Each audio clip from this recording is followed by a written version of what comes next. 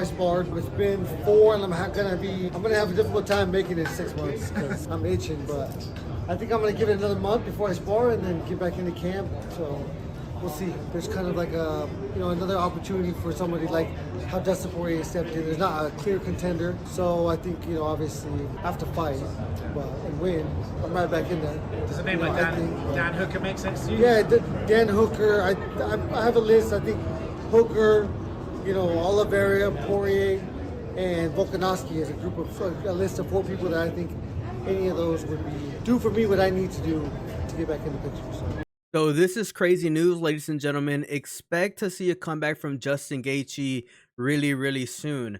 This guy wants to get back into title contention, and who could blame him? He is not the youngest fighter. He is in his mid-30s, and if he wants to go ahead and maybe potentially become a champion, he has to fight now, ladies and gentlemen. And the person that I personally want to see him fight against from the list of fighters that he named off, which were Dan Hooker, Charles Oliveira, Dustin Poirier, and Alexander Volkanovski, is obviously Dan Hooker.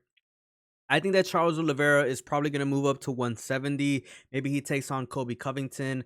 I think Dustin Poirier, with his last fight probably in the UFC, I don't expect him to face off against Justin Gaethje. And I think that Alexander Volkanovski might be taking a step back, from the lightweight division, because of course, they probably don't want Alexander Volkanovski to fluctuate from division to division. They probably just want him to stay at featherweight for now, because of course he is due for that, rematch against Ilia Topuria.